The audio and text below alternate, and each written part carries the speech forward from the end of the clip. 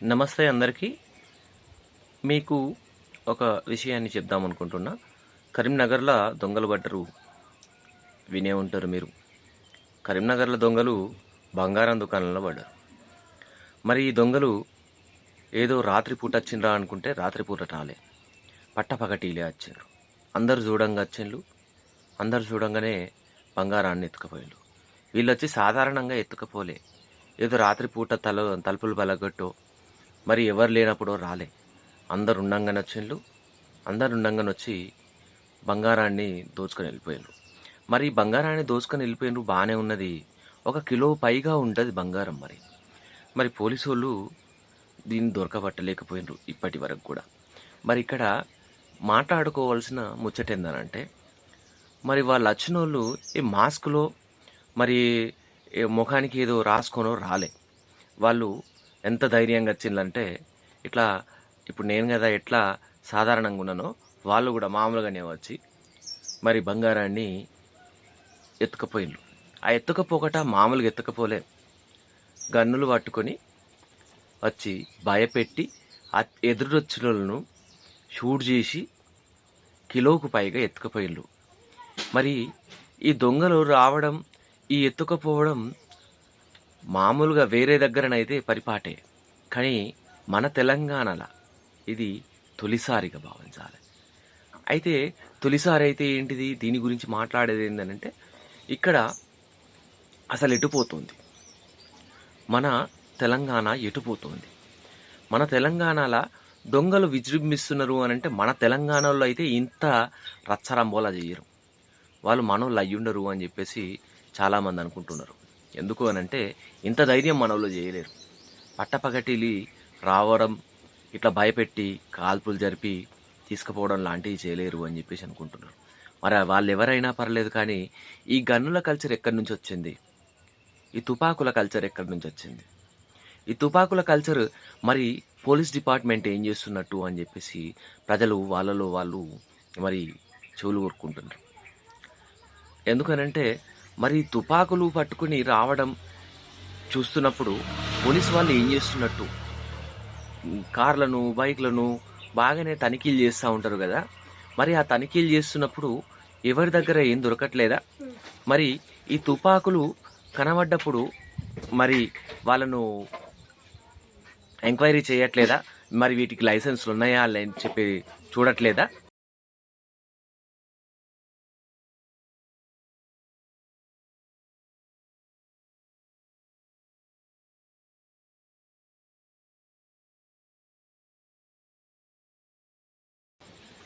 ఈ తుపాకులు కానీ ఏదైనా మామూలుగా కార్లను వాటిని వీటిని తనిఖీలు చేస్తున్నారు కదా.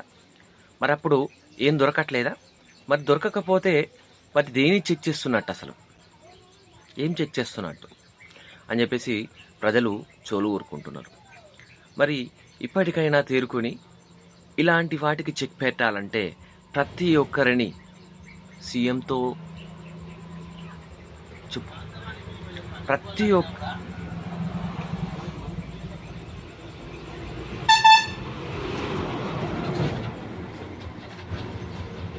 ప్రతి ఒక్కరిని మనోడైనా పరాయోడైనా కూడా ప్రతి ఒక్కరిని చెక్ చేసి పంపించాలి అని చెప్పేసి ప్రజలు కోరుకుంటా ఉన్నారు.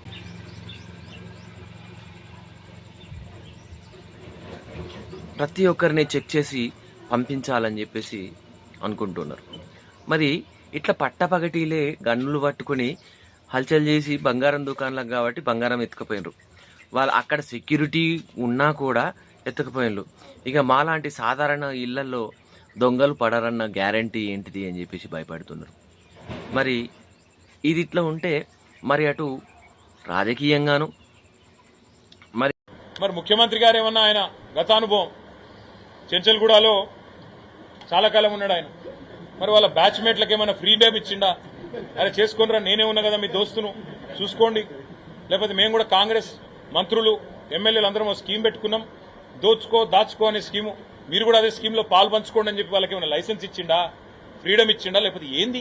5 తుపాకుల కరీంనగర్ లాంటి పట్టణంలో, ఇంతటి చైతన్యవంతమైన పట్టణంలో, హోంశాఖ సహాయ మంత్రి గారు ప్రాతినిధ్యం వహిస్తున్న పార్లమెంటరీ హెడ్ క్వార్టర్లో 5 తుపాకులతో ముష్కరులు వస్తే కాల్పులు జరిపితే ఇంత తీవ్రమైన గాయాలు జరిగితే 32 గంటల పాటు ఒకరిని పట్టుకోలేని పరిస్థితిలో ఉన్నారంటే నేను మీకు గుర్తు చేస్తా ఉన్నా, మా మీడియా మిత్రులకు తెలుసు, మా ప్రభుత్వంలో కూడా ఒక చిన్నపిల్ల అపహరణ సంఘటన జరిగింది, మీకు గుర్తుండాలి. కానీ నాకు గుర్తున్నంత వరకు విత్ ఇన్ 5-6 అవర్స్ ఆ సీసీ కెమెరాలు చూసి పట్టుకొని విత్ ఇన్ 5-6 అవర్స్ ఆ పాపను తీసుకొచ్చి తల్లిదండ్రుల దగ్గర అప్పచెప్పింది ఆనాటి పోలీస్ యంత్రాంగం. పోలీసు వాళ్ళు మారలేదు, ప్రభుత్వం మారింది, ప్రాధాన్యాలు మారినాయి. కాబట్టే ఈ అవస్థ వచ్చింది. ఈ ముఖ్యమంత్రి గారి చేతగాంతనం, ఆయన ఇంకొకరికి అవకాశం ఇవ్వడం అదో దౌర్భాగ్యం. విద్యాశాఖ నా దగ్గరనే ఉండాలి, హోంశాఖ నా దగ్గరనే ఉండాలి, మున్సిపల్ శాఖ నా దగ్గరనే ఉండాలి, కానీ మళ్ళీ ఏం తెలియదంటే అటు ఆ ప్రభుత్వం ఉన్నప్పుడు, మా ప్రభుత్వం ఉన్నప్పుడు ఎట్లాంటి దొంగతనాలు జరిగినా జరిగినా 1-2 గంటలలో పట్టుకునే వాళ్ళం. మరి మీరు పట్టుకోలేకపోతున్నారేంటి అని చెప్పేసి కేటీఆర్ గారు కూడా ప్రశ్నిస్తూ సందర్భం కనబడతా ఉన్నది. మరి ఈ విధంగా వీటికి ఇప్పుడు జరిగింది ఇకపై జరగకూడదు. మరి ఎవరికైతే జరిగిందో, బంగారం దుకాణంలో అయితే జరిగిందో వారికి బంగారాన్ని తిరిగి ఇప్పిస్తూ, ఎంతమందికి అయితే ప్రాణహాని ఉందో వాళ్ళందరినీ కూడా ఆరోగ్యంగా ఉండేలాగా మరి వారికి ట్రీట్మెంట్ ఇప్పించాలని మరి ప్రజలు కోరుతా ఉన్నారు. చూస్తూ ఉండండి SRJ న్యూస్ టీవీ, మీతో శ్రీనివాస్.